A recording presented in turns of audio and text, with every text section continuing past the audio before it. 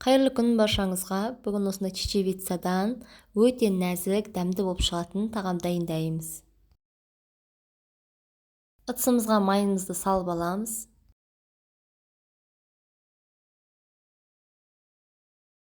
Одан кейін үстіне пиязымызды салып, қуырып аламыз.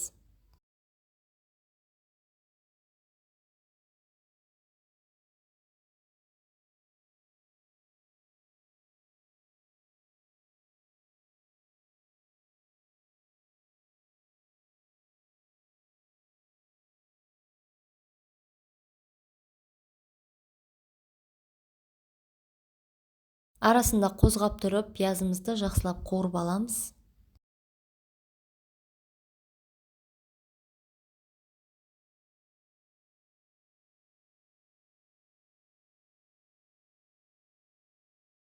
Одан кейін үстіне помидорымызды саламыз. Томат қоссаңыз да болады. Сәбізімізді салып, барлығын жақсылап араластырып аламыз.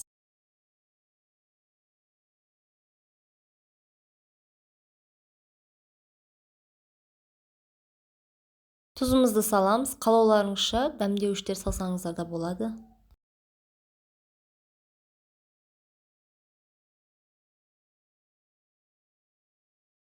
Қызыл чечевицамызды алдын ала жуып алып, осылай салып, үстінен су құямыз. Суды көп құймаймыз.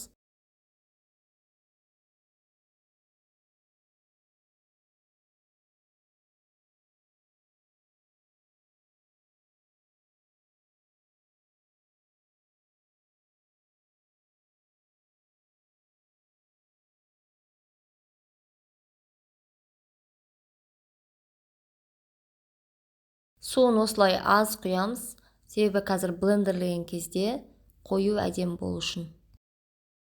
Отымыздың астын өшіріп, азырақ 15-20 минутқа сәл суытып аламыз. Осындай погружной блендермен езіп аламыз.